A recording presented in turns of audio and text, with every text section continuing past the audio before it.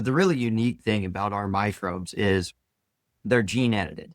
So what differentiates us from any other nitrogen fixing microbe out there is ours continue to fix nitrogen in the presence of synthetic. So most microbes, they'll take nitrogen in, but they harbor it for themselves. They don't necessarily release it.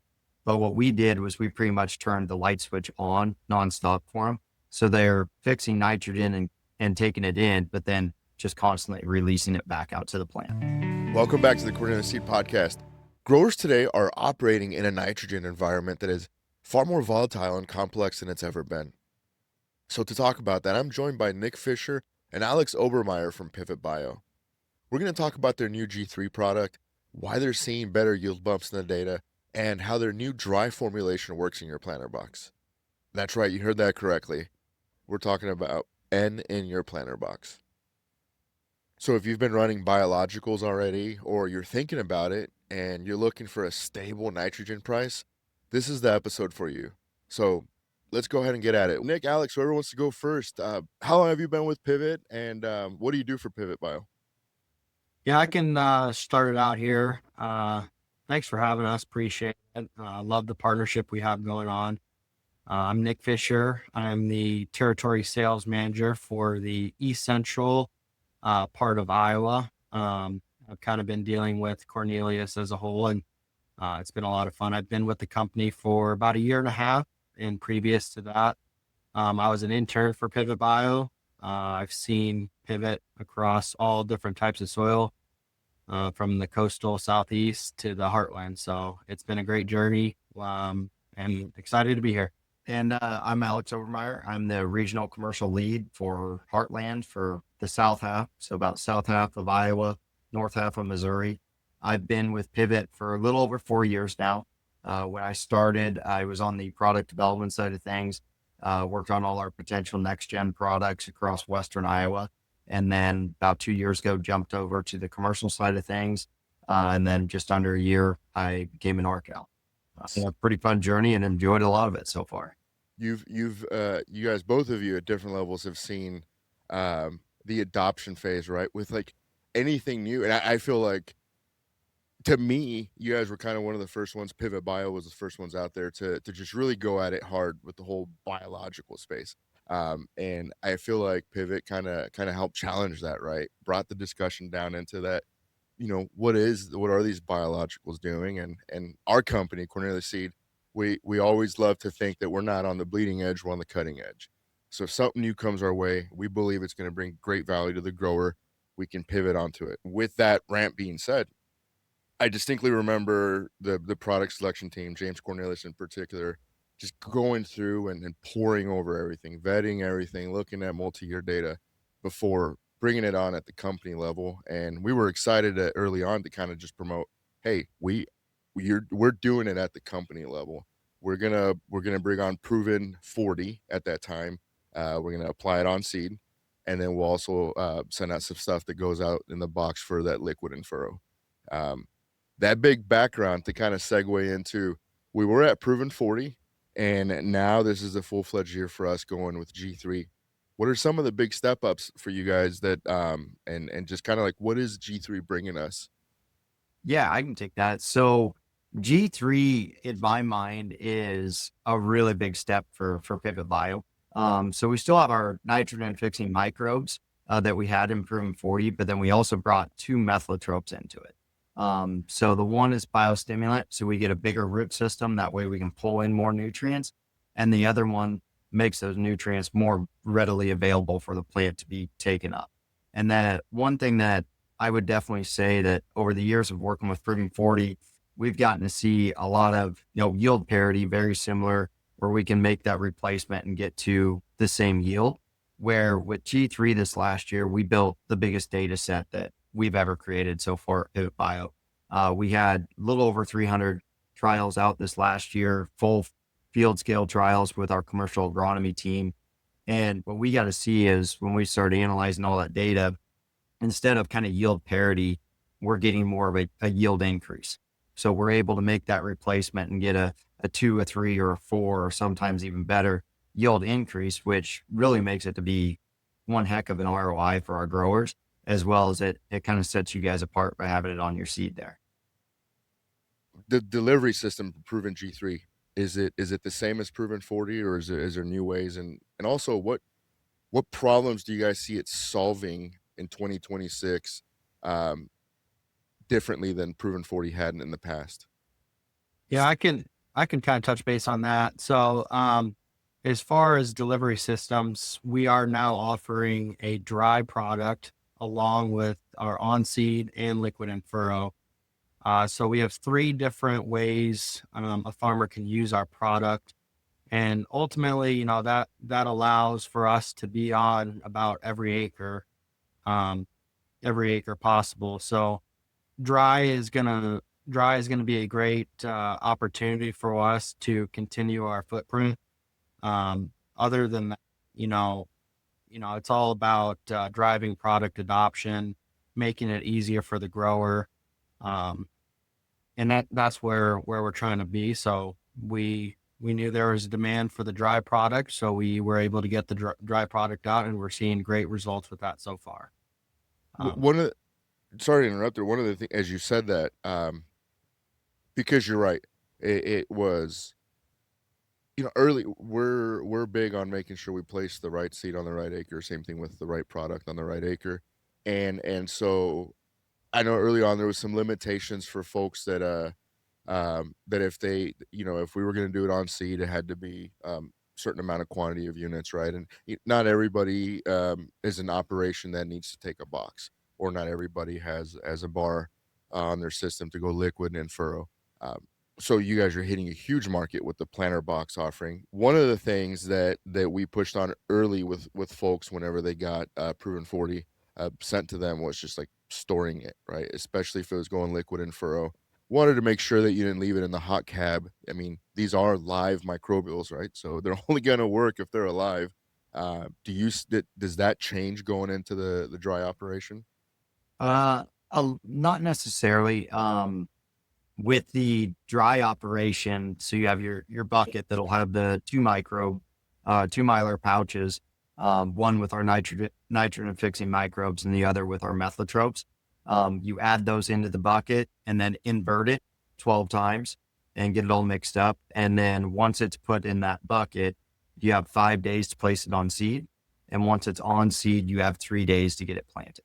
And kind of the reason for the narrow window in there is within that bucket, we've got an 80-20 talc graphite mix. So you don't need talc graphite since we'd already have in the bucket. And you also have a micro pack.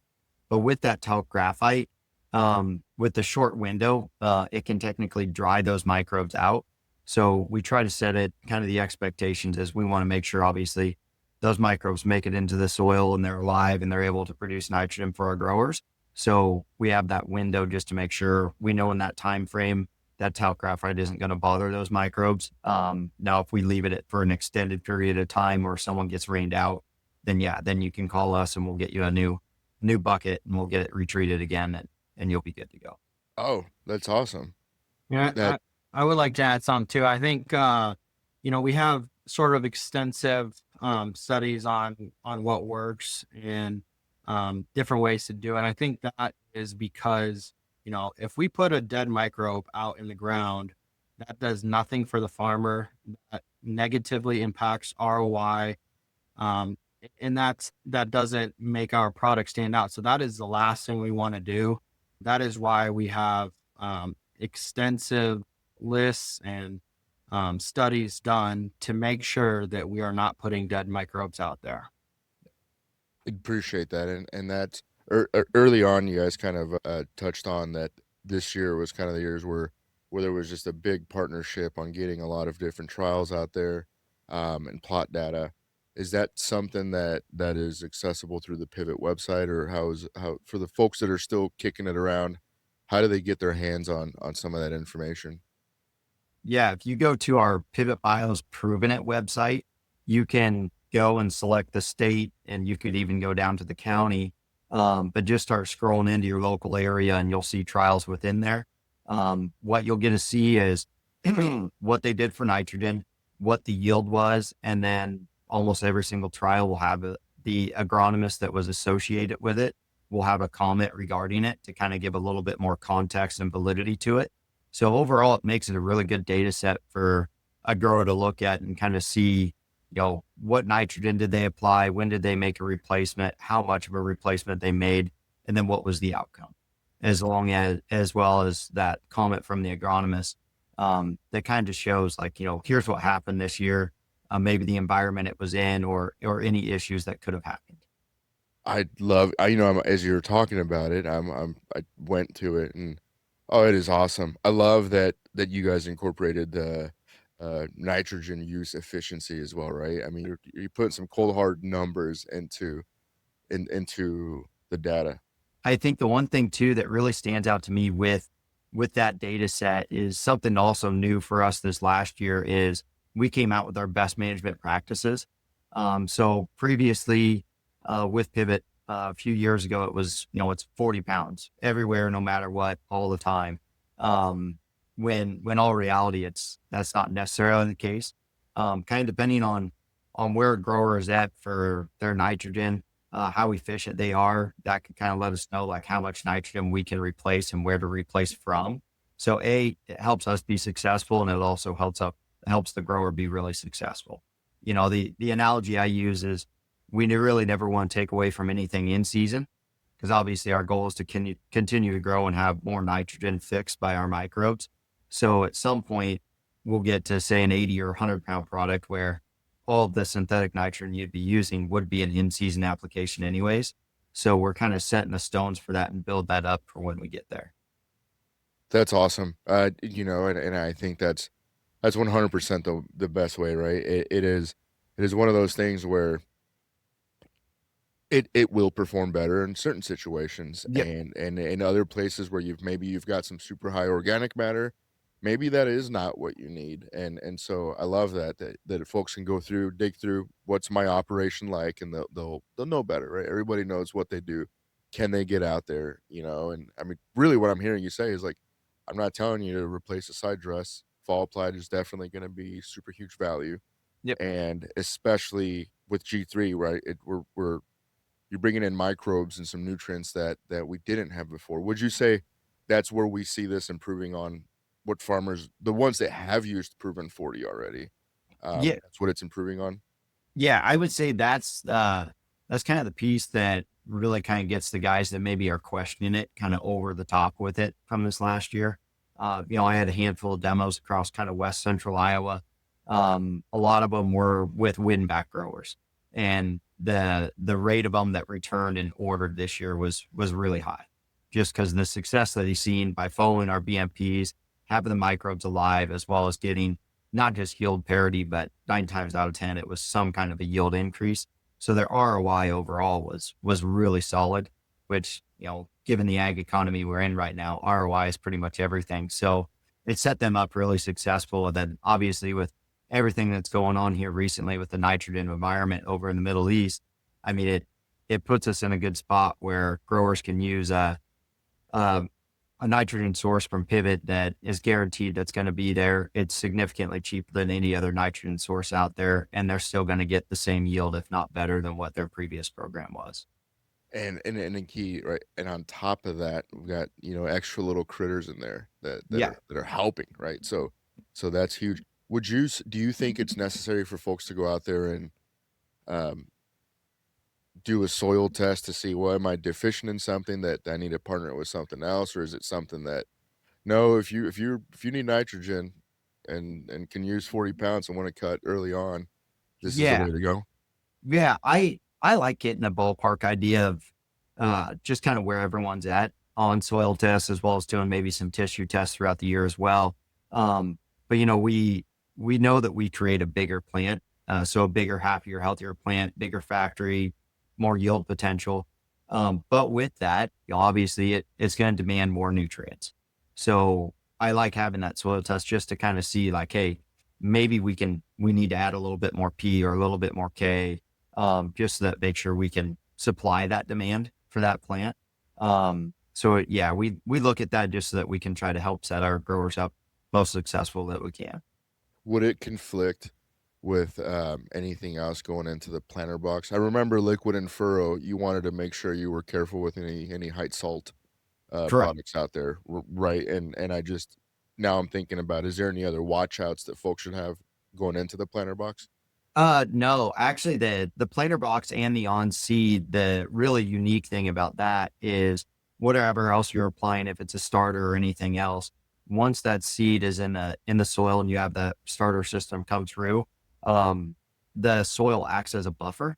So then it ends up being just fine.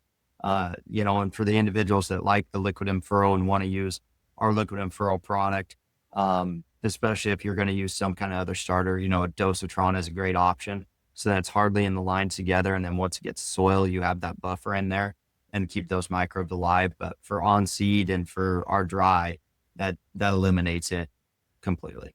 For the folks that are new to this and riding along and getting kind of ready for the season, or might be down south and planting already, uh, if we can kind of just touch base a little bit on just high level what the science is doing, right? When somebody is going through and from just application to it going in the dirt, what's happening?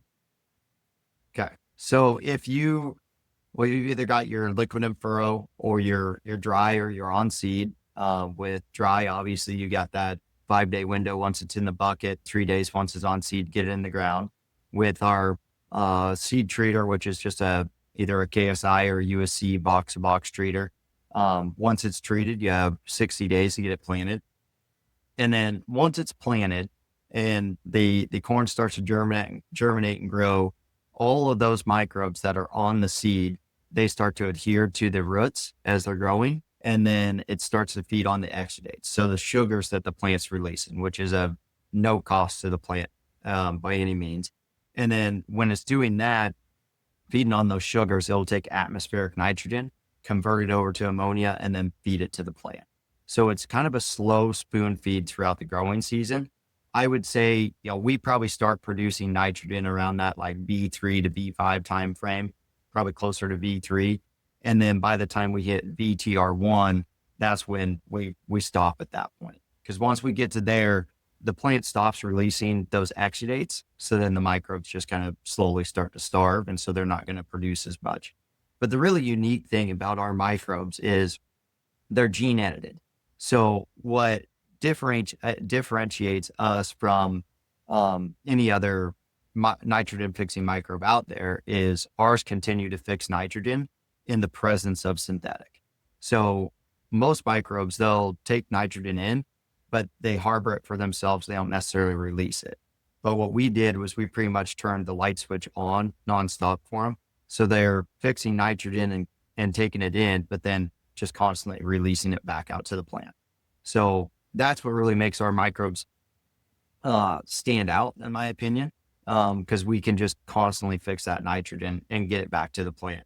And so that's roughly how it works. We could go really, really in depth to get scientific, but that's Yeah, no, this is from perfect. And so as I'm thinking about that, and you've got these microbes are constantly working.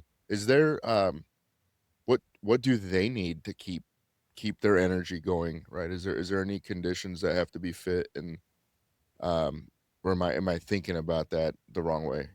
Not necessarily. I would say if your plant is alive and doing well, like that's where they're going to live. We've done extensive tests where they've been in super hot, dry climates and to really wet, cool climates, and then just kind of where our microbe count is compared to the threshold.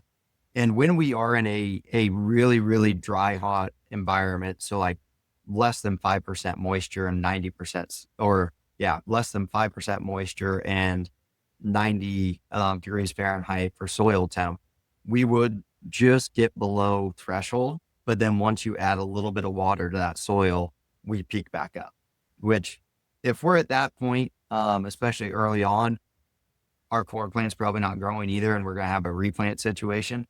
Yeah. So I'm really confident where if the corn plant is happy and healthy and it's growing, our microbes are going to be working. And you don't have to worry about us like losing our nitrogen per se. because we're right at the root system and just putting it right into the plant, where most synthetic nitrogen, I mean, you could volatilize, leach, denitrified, where, we're almost kind of that guaranteed 40-ish pounds of nitrogen. That's awesome. So then, you kind of broke through how it's working, and really you're feeding in, we're boosting nutrients, you're amplifying the health or the yield of the plant there. Whenever it's getting applied, now I want to pivot a little bit to the to the application and on seed as well. One of you've got the dry alternative, now we got the liquid and furrow, and now we've got on seed. What first question I had on that is was there been any conflicts with any treatments that the seed has already, right? Because we're treating the seed first, and then we're handling it to put pivot on top of it. Uh, Yep. is Yeah. there any watch outs for people that should be aware of on that? Yeah, if you're going to do any other treatments, I would recommend doing those first and then doing us last, because we kind of add that like hard candy coating to it. And then you don't have to worry about doing like another treatment to where you could potentially, harm those microbes. So when we're last, it just kind of makes it a nice candy coat around it. And then there hasn't been any issues. I mean, we've changed a lot of things in the past, from formulation and stuff, to where we're not having any sticky seed. It's not gumming up any planters. It just makes it overall a good experience for those growers. So we definitely have learned from our mistakes and made things significantly better over the last few years, to where it's a little bit more user friendly for our growers. That's awesome, and I again love that there's all the multitude of delivery systems too, right? Because maybe we have someone that wants to feed even more nutrients to their crop using some like the meristem popper top, things that go the planter box options as well. You can, you're not going to gunk it up by doubling up in the planter. We can get it treated on seed and make sure it goes last. Storage as well. I'm guessing once you've got treated seed out there, you mentioned it's got 60 days for it Right. before it needs to get onto the ground. Yeah. We're talking regular seed storage requirements, right? Yeah. Same thing. So if you just keep it in your shop when you're getting ready to go plant, you get the seed out and you're good to go. If it sits outside for a day or so, it's not really going to harm those microbes. Now, if it sits outside for 2 weeks, we're having 89-degree weather, I mean, those microbes will bake in that box. But yeah, for the most part, just keep your seed inside where you're keeping it safe anyways, and you'll be good to go. Do you guys see it holding up differently to weather going planter box versus on seed? Well, I guess this last year, we looked at some trials where we compared on seed to the planter box, and there was really no significant difference. I mean, you're talking like 0.3 or zero point 0.4 bushels difference in yield, which I could change a few things in the combine pretty quick to make that difference. So overall, you're going to probably get the exact same outcome. It's Right. more just the grower's preference and how it best fits their operation for what delivery method to use. Um, is there any other highlights that you guys think are worthy that we should touch base on when it comes to ROI? Yeah, I Yeah. can touch. Yeah, go for it, Nick. So, as we all know, economics is the number one question, or the number one topic this year, economics and agronomics. We can't step on a farm without addressing both of them. With Pivot, I think, something that really makes us stand out is that we are made in the USA. We don't have to go through a port for a couple months. We have the ability to overnight ship and get product to doorsteps. So that's really kind of important to look at as we kind of go through this volatile nitrogen markets with the conflict overseas. Urea, UAN, we're looking at, close to 20% or more increase of price over last year. And a lot of growers that still don't have stuff locked in, or, the co-ops right now are pulling prices. So it's, I haven't been in the industry for 40 years, but, all my colleagues that have, they've said they've experienced nothing like this. So where we fit in is we're giving the farmers an option at a lower price um, with the product made in the USA. So that directly affects ROI greatly. But yeah, it's been a tough year. And so, our leadership has looked at, how can we help the farmer? How can we put farmers first?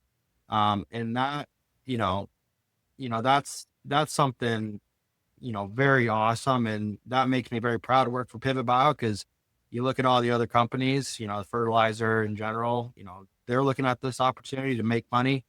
We're looking at this opportunity to put the farmer first, with a lower price and a premium product. So it's, it's tough. I'm hopeful it'll get better. Um, Farmers are resilient and they're the backbone of the economy. So, we've been in situations like this before. I know we'll come out, but yeah, it's, ROI, that's the name of the game. And we bring that through, hundreds of trials, tested, all of that stuff. So, we want to help be there for the farmer, and that's kind of how we're positioning ourselves. Thank you for that. I love that you said that because you're absolutely right. There is not only a lot of pride in knowing that this is made in God's country and it's gonna ship overnight, like you said, right? You have a situation where you got rained out, right? Unpredictability, and you need something the next day. We pride ourselves in that. We pride ourselves in being able to get your seat at the door first because we know if we don't, someone else will. Yeah, I would just do a nice recap on it is, we've got a new product out this year, G3. We got 3 modes of actions. We've got a cheaper product than what we've ever had before, with it being a new product, as well as the cheapest form of nitrogen that they can get. Then we're here to help them. So if you guys have any questions about, maybe how much nitrogen you could replace, or how it would fit on your operation, well, feel free to reach out to Pivot Bio, figure out where your local agronomist or TSM is. But we'd love to have a conversation with you guys. Or even if you've used it in the past and think, it doesn't work, like, those are fun conversations. Actually, I love having them. So, we're always here to have conversations with guys and tell them about what we can do for their operations. So the door's always open. Absolutely. No, I appreciate that. And as you're on that, because you're right, it's a new product. There's multiple modes of action in it, and we've all seen the value that brings into our seed when there's multiple modes of action for that, and now we're seeing it in this biological space. What's one thing that you guys think everybody growing corn should really consider for 2026? Mm. I don't know if it's just for 2026, but I think just overall, year after year is, how can we be profitable and set the plan up the best for success? We want to make sure the corn plants never has a bad day, or limit the amount of bad days. And when I look at Pivot, I feel like it does a really good job of that. I got to see it a lot this last year with just those happier, healthier, greener plants. Maybe they didn't have quite as much southern rust as the untreated. So just look at setting yourself up the best for success, and hope that Mother Nature treats us fairly decent. Absolutely. Nick, any thoughts on that? Yeah, what I like to kind of do when I'm talking with a grower, and kind of creating a nitrogen plan. Nitrogen is tough. It's hard to put it one place. I like to start with Pivot first, and then fill the gaps there. Like you said, we're a new mode of nitrogen, and nitrogen's been around for, you know, hundreds of years, and we are the first new mode of action in this century. So to be on this cutting edge of technology, and we're proving it that we're working, it's changing the game. And I've read a lot of studies from universities. We're getting the most yield with the lowest amount of fertilizer we've ever done, in the history of production agriculture. And we're doing that with using living microbes that we already have in the soil, and putting another, sets of microbes out there, to kind of work in uniform with each other. And basically, we're using what we're given. You go out and put your hand in some soil, there's thousands of living microbes there. So uh, we're we're doing the most with the least amount of cost. So that's very exciting. But yeah, it's been a fun journey. I think Pivot is definitely on the right track, and we've proven it. That's awesome, guys. I mean, we hit a lot there. Ultimately, it's just proven G3, third generation of this product. Really the same nitrogen fixation, but we've got the extra biological effects in it as well. Um, you've got this similar nitrogen contribution, but more efficiency. And you've got the three modes as well. Three, you got what nitrogen fixation, you've got improved nutrient uptake, and we've also got that yield amplification that a lot of the data is showing, uh, offered on seed, liquid in furrow, or dry in the planter box. And just in going through a lot of what I liked about the website too is that it isn't just numbers. You guys got some really cool pictures, right? So you're seeing that increased root area, a lot bigger biomass, which we see that turning into better nutrient uptake, right? So it's making your plant healthier and more efficient. Um, it's really the same gene edited microbes, right? But we're adding that microbe blend into it, and no, I love that. Anything else as it relates to that? Because I do have one last question that's completely unrelated. Go for it. Awesome. You'll be first, Alex, because of Okay. just of the age. What is something you would tell a young you stepping out of high school or maybe even college that you know now? If you can go back and give yourself that message, what would that be? Uh, Not everything is snake oil. Um, you do your testing and kind of find out how it works on your operation. I would say, 5, 6 years ago, 5 years ago, really, was the first time I ever got a look at Pivot when I worked kind of in a previous role, and that was my thoughts initially was, it's snake oil, it doesn't work, and turns out it had a really good ROI and worked really well for their operation that I was running, and that's what kind of led me to be, all right, there's something here. So definitely be open minded, be open to change. I know change is hard, but definitely be open to it. It's awesome. Thank you. I love asking that question. Any host we've had on, any new person we have on that's not internal, I always throw it out there because there's always great nuggets there. And now, Nick, for you, Yeah.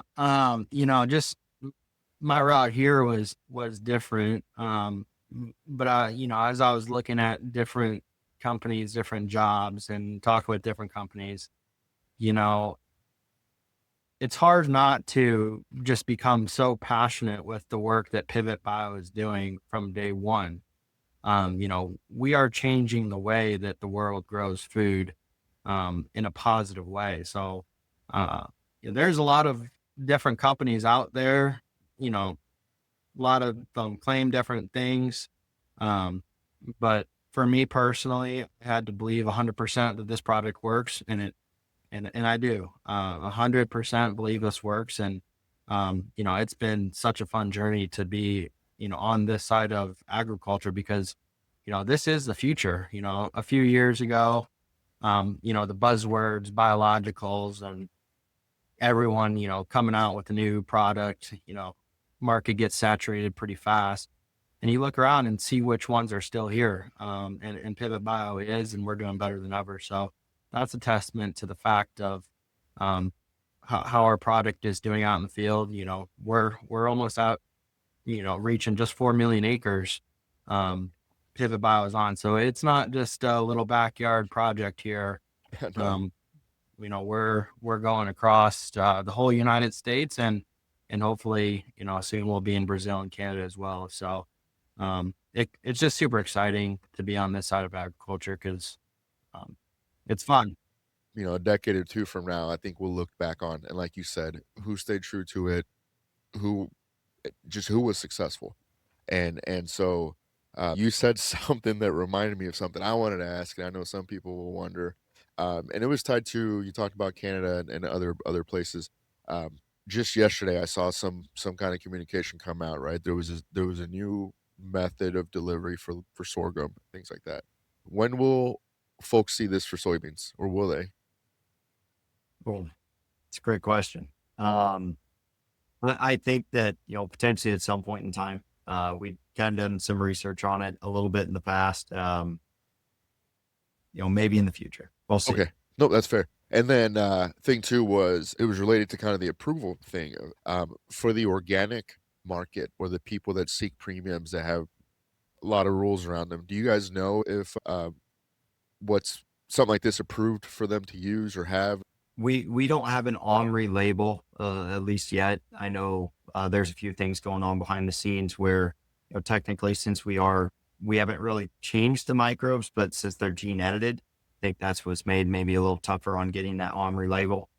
If we could, that would be amazing. I think it'd be one heck of a benefit for our organic growers. The last one I had is there any things that are confidential or proprietary that you're not allowed to talk about that you can tell us are coming down the pipeline and what you're excited for in the future? We've got some pretty cool stuff going on behind the scenes. We've got a new class of microbes that look really good in CRO trials. So I'm excited for this summer to kind of see if they give us very similar results as this last year. If they do, then yeah, we'll probably have something new out relatively soon, maybe in another year or two. That's awesome. Thank you. Well, folks, that is all I have. If you like this conversation, please go ahead and subscribe to the podcast. If you didn't, subscribe as well. Send us a note. Let us know what you liked or what you didn't. And if you'd like to hear something else in the future. But outside from that, thanks for tuning in. And until the next time. Awesome. Thanks for having Awesome. us. Thank Thank you. you.